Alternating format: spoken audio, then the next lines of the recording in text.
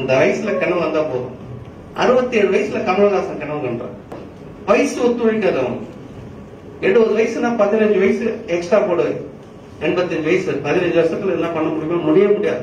ஆனா நீங்க நினைச்சா முடியும். நீங்க நினைச்சா, ஏன்னா 60 வருஷம் அரசியல் உங்க கையில இருக்கு. 60 ஆண்டு அரசியல் உங்க கையில இருக்கு. ரஜினிகாந்த் கையில கிடையாது, கமலஹாசன் கையில கிடையாது, உங்க கையில இருக்கு. ஆனா வயசு 27 வயசு, 30, 40, 50, 60, 70, 80, 60 வருஷம் அரசியல் உங்க கையில இருக்கு. இதான் பவர் சக்தி. ஒரு வலிமையான சக்தி உங்க கையில் கொடுத்து போய்.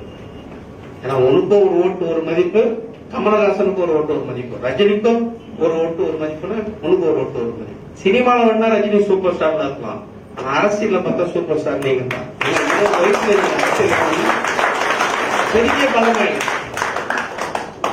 பெரிய பலமான என்னடா நம்ம என்ன நினைக்கிறோம், கார்ல கொடி கட்டணும் போறோம் தான் அரசியல்வாதி.